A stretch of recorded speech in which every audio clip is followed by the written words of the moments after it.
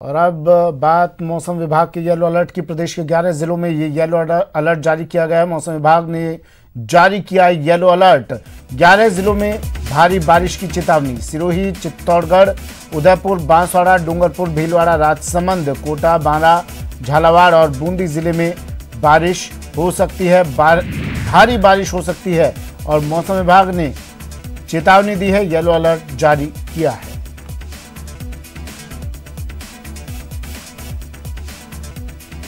सौरभ गृहस्थी मेरे सहयोगी हमारे साथ फोन लाइन पर जुड़ गए हैं। सौरभ, मरुधरा में बारिश का सिलसिला तो जारी है, कल भी भारी बारिश हुई थी और आज मौसम विभाग की चेतावनी।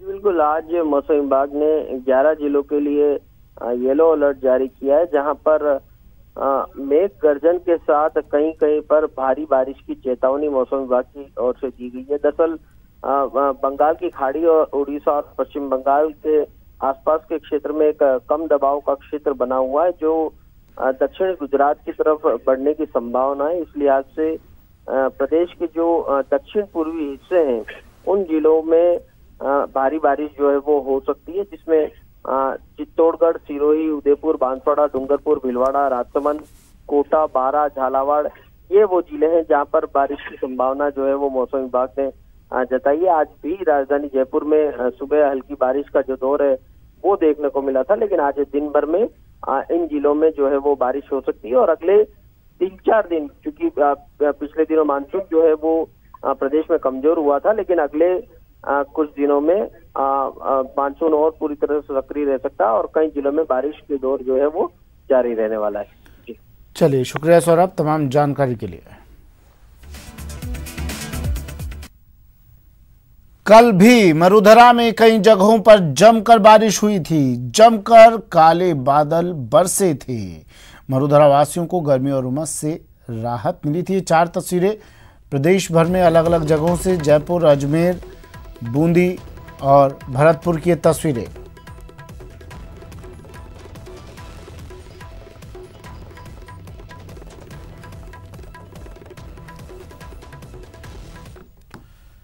खबर श्रीगंगानगर के सादुल शहर से, जहां एक युवक ने आज सुबह खेत में मौजूद कमरे में फांसी लगाकर आत्महत्या कर ली। जानकारी के मुताबिक मृतक का अपनी पत्नी से पिछले 4 सालों से विवाद चल रहा था, जिसके कारण वो मानसिक रूप से परेशान था। मृतक की मौत की सूचना मिलते ही मौके पर पहुंची पुलिस ने घटनास्थल का मुआयना कर जांच शुरू कर दी है।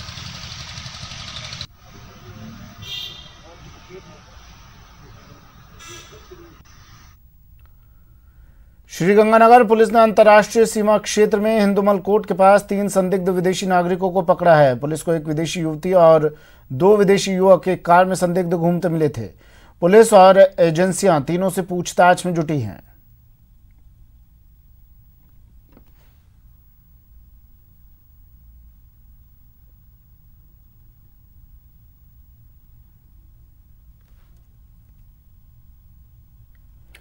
खबर बाना से, बाना में बदमाशों की करतूत के खिलाफ लोगों का आक्रोश बढ़ता ही जा रहा है।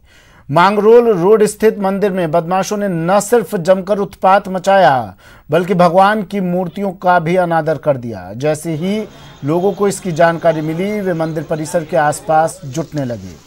इत्तला पाकर मौके पर पहुंची पुलिस ने मूर्तियों का शुद्धिकरण करवाकर उन्हें मंदिर में विधिवत स्थापित कर दिया और बदमाशों की तलाश में जुट गई।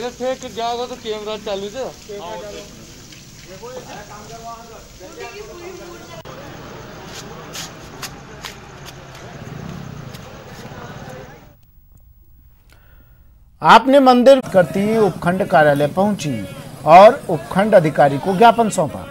महिलाओं ने कहा कि पिछले 3-4 महीने से कुछ दबंग लोगों ने गांव के आम रास्ते पर कब्जा किया हुआ है, जिससे लोग परेशान हैं। उन्होंने आरोप लगाया कि इस मामले में 29 जून को ज्ञापन देने के बावजूद अब तक कोई कार्रवाई नहीं की गई है।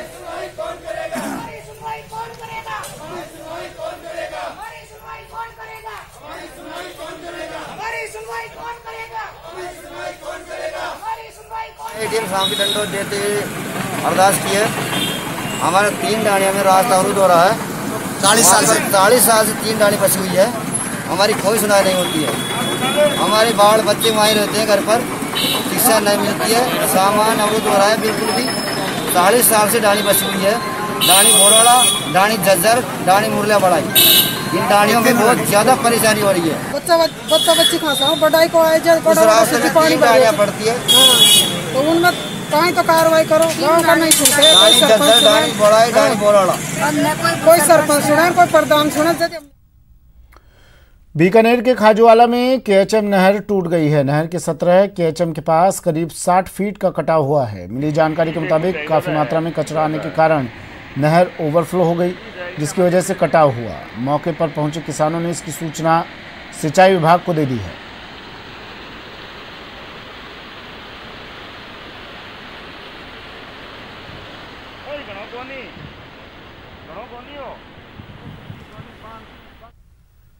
बाड़मेर के मोतीसरा गांव के 50 मुस्लिम परिवारों के 250 लोगों ने हिंदू धर्म ग्रहण कर लिया। इस मौके पर यज्ञ हवन का आयोजन कर उन्हें जनेऊ पहनाया गया।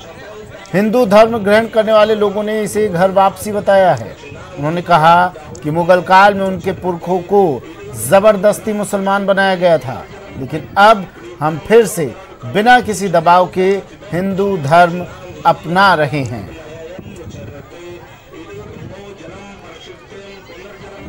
जैसे कि पहले हम आज से 15-20 साल से हम ये मतलब प्रतीक्षा कर रहे थे कि हम हिंदू बनेंगे बनते वो हमने कोशिश करते करते अभी एकदम हमने संकल्प ले लिया हिंदू का। हाँ ठीक है साहब, और हमारे ऊपर कोई दबाव नहीं है, कोई प्रभाव नहीं है, मैं हमारे मन मर्जी से किया था। और आजादी जीने का हक है, तो हमने सोचा विचार किया हम फिर से अपना घर वापसी कर ले। हमारा धर्म जो असली है, क्योंकि हमारा देवता हिंदुओं का, हमारी रीति रिवाज हिंदुओं की, शादी शुदी जो भी होती हिंदू रिवाज रीति से होती है, कुछ उसमें तो वो तरंगे थी। तो प्रोग्राम तो मनती तो ऐसा मनती करान पाचा सकलप ले रही हमारो पहले देखो धर्म हिंदू रो वही धर्म पाचो अपना रिया ले गए। और पहले कोई नौबत पड़ने में वो मुसलमानी धर्म में आया था, और पास हमारा इतिहास देख और उन जरिए में पास हमारा हिंदू धर्म अपना रिया तन मन से। और चलिए बड़ी खबर इस वक्त की, बीएसपी विधायकों के कांग्रेस में विलय का मामला, और अब इस मामले में हाईकोर्ट में सुनवाई शुरू हो चुकी है। बीएसपी और मदन दिलावर की अपील पर सुनवाई शुरू। 10:30 का वक्त था, सुनवाई शुरू हो चुकी है। विलय के आदेश पर रोक लगाने की मांग की जा रही है। कल हाईकोर्ट ने स्पीकर को नोटिस जारी किए थे, जवाब मांगा था, आज तक का वक्त दिया था, 10:30 बजे तक का वक्त दिया था जवाब के लिए, और आज स्पीकर को मामले में जवाब पेश करना है। मुख्य न्यायाधीश इंद्रजीत महांती की खंडपीठ में सुनवाई हो रही है। स्पीकर की ओर से कपिल सिब्बल दिल्ली से जुड़ेंगे, मदन दिलावर की ओर से वरिष्ठ अधिवक्ता हरीश साल्वे लंदन से, और बीएसपी की ओर से सतीश चंद्र मिश्रा लखनऊ से पैरवी कर रहे हैं।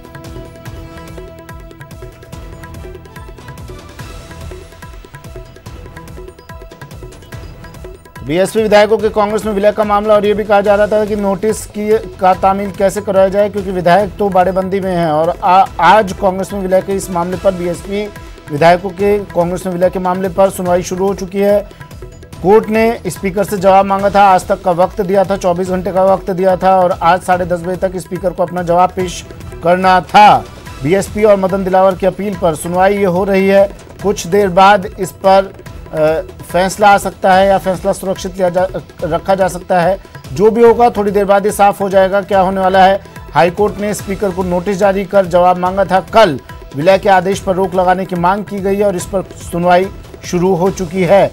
स्पीकर को इस मामले में जवाब आज पेश करना था। कपिल सिब्बल स्पीकर की ओर से दिल्ली से जुड़ेंगे, मदन दिलावर की ओर से जिन्होंने याचिका लगाई थी, मदन दिलावर उनकी ओर से वरिष्ठ अधिवक्ता हरीश साल्वे लंदन से पैरवी करेंगे, और बीएसपी की ओर से सतीश चंद्र मिश्रा लखनऊ से पैरवी कर रहे हैं। मुख्य न्यायाधीश इंद्रजीत महांती की खंडपीठ में सुनवाई हो रही है।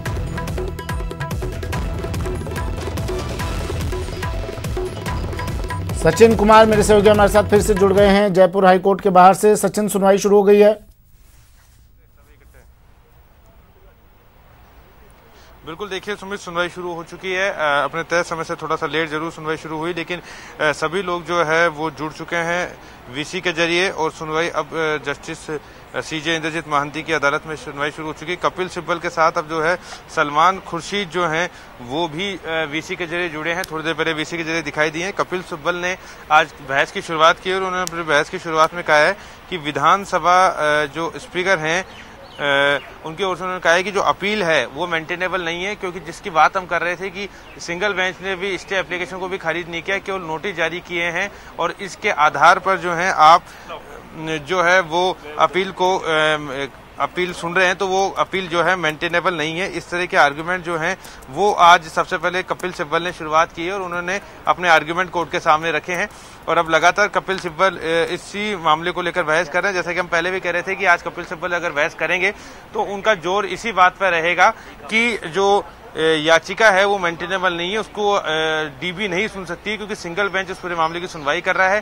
सिंगल बेंच ने स्टे एप्लीकेशन को खारिज नहीं किया है, केवल नोटिस स्टे एप्लीकेशन पे जारी किए गए हैं और ऐसे में उसके बावजूद जो है उसको सुना जा रहा है। स्पीकर को नोटिस जारी किए गए हैं और इसी एक लाइन को लेकर कपिल सिब्बल ने अपनी शुरुआत की है कि याचिका जो है मेंटेनेबल नहीं है। जी सुमित। चलिए, शुक्रिया सचिन तमाम जानकारी के लिए। बढ़ते हैं अगली खबर की ओर। मुकुंदरा टाइगर रिजर्व में 11 दिन में एक बाघिन और बाघ की मौत के बाद हेड ऑफ फॉरेस्ट जीवी रेड्डी कोटा में कैंप किए हुए हैं। हमारे संवाददाता अर्जुन अरविंद ने की उनसे खास बात। ने 2 बाघों को खोया है और हेड ऑफ फॉरेस्ट जीवी रेड्डी सर कोटा में कैंप किए हुए हैं। सर 2 टाइगर खोए हैं सर। हाँ, ये वास्तव में काफ़ी दुखद है कि मुकुंदरा हिल्स टाइगर रिजर्व को विगत 5-6 साल से काफ़ी मेहनत हुआ है और पहले एक टाइगर को लाया गया, काफ़ी विवादास्पद बना और उसको साफ करके सही करके दूसरा टाइगर को लाया और कुदरती करिश्मा रहा। अपने आप एक MT3 आ गई थी और उसके बाद एक और टाइगरस को वहाँ शिफ्ट किया गया। इस प्रकार 4 हुआ था और हमें बहुत खुशी लगा कि जब MT2 का बच्चे हुआ तो अब लगा कि अब पनप गए और आगे बढ़ जाएगा। ऐसा स्थिति में अचानक एक MT2 का मरना और उसके साथ जो बच्चा रहता है एक और बच्चा शावक, क्योंकि कल पूरा दिन भर जैसा ही पता पड़ा MT2 का ये शव मिला है तो हमने कोशिश किया है कि दोनों बच्चों को कम से कम इसको बचा ले। पूरा टीम्स ढूंढा था और कल मैं खुद और प्लस एक 80 से 101 लोग स्टाफ को लेके पूरा चारों ओर 2 स्क्वायर किलोमीटर एरिया का हमने काफ़ी ढूंढा था। कल शाम तक नहीं मिला। अब कोशिश करते हैं कि एक बार लास्ट राउंड लगा लूँगा और क्योंकि 3 दिन हो गया है, उसका डेथ हुआ है 31 तारीख को, आज 4 तारीख आ रहा है। छोटा सा बच्चा जो दूध पीता है बहुत संभवतः कम है, फिर भी एक बार राउंड लगाते कोशिश करते हैं। कोटा से न्यूज़ 18 के लिए अर्जुन अरविंद। वक्त एक ब्रेक के बाद स्वागत है आपका। हाड़ौती के मुकुंदरा हिल्स टाइगर रिजर्व में बाघिन MT2 की मौत के बाद राज्य सरकार एक्शन में है और कड़ा कदम उठाते हुए मुकुंदरा हिल्स के फील्ड डायरेक्टर आनंद मोहन और DCF टी मोहन राज को APO कर दिया। बाघिन की मौत पर सरकार का बड़ा एक्शन। 2 अफसर APO, रेंजर और ACF का निलंबन। अब सरकार की कार्रवाई पर उठे सवाल। मुकुंदरा रिजर्व कैसे होगा बहाल? ऐसे कैसे बढ़ेगा बाघों का कुनबा? प्रदेश के मुकुंदरा हिल्स टाइगर रिजर्व में 2 सप्ताह के भीतर एक बाघ और एक बाघिन की मौत ने प्रदेशवासियों को हिलाकर रख दिया है। वन्य जीव प्रेमियों को आक्रोश से भर दिया है, जिसे गंभीरता से लेते हुए राज्य सरकार ने रेंजर मक्खन लाल एसीएफ राजेश कुमार शर्मा को सस्पेंड कर दिया और टाइगर रिजर्व के फील्ड डायरेक्टर आनंद मोहन और डीसीएफ डॉक्टर टी मोहन राज को एपीओ कर दिया है। साथ ही हाई लेवल कमेटी को मामले की जांच सौंप दी गई है। इस बीच बाघिन MT2 के शव के पास घायल मिले शावक का इलाज किया जा रहा है, जबकि दूसरे शावक की तलाश में 80 से भी ज्यादा लोग शामिल हैं। दरअसल बाघिन की मौत हो जाने के बाद लोकसभा अध्यक्ष ओम बिरला ने NTCA के डायरेक्टर से बात करके पूरे मामले की जांच करने के निर्देश दिए थे। यानी सरकार ने वो सब किया जिससे उसकी प्रतिबद्धता जाहिर होती है, लेकिन अब सरकार के कवायद पर ही सवाल खड़े हो रहे हैं। NTCA की मर्जी के खिलाफ टाइगर शिफ्ट करना था गलत। टाइगर शिफ्टिंग के बाद नहीं हुई थी मॉनिटरिंग। मॉनसून में अधिकारियों के तबादले का क्या तुक, जबकि टाइगर रिजर्व में मॉनसून सीजन होता है सबसे अहम। तबादले का रणथंभौर सरिस्का पर होगा नकारात्मक असर। ऐसे में एक बड़ा सवाल यह भी है कि जब वाइल्ड लाइफ मैनेजमेंट के लिए अनुभवी अधिकारियों को ही वाइल्ड लाइफ विंग से हटा दिया जाएगा, तो इसके वन्यजीव संरक्षण पर पड़ने वाले नकारात्मक प्रभाव के लिए कौन जिम्मेदार होगा। न्यूज 18 राजस्थान के लिए जयपुर से अरबाज अहमद की रिपोर्ट। बुलेटिन में फिलहाल इतना ही, दीजिए इजाजत, नमस्कार।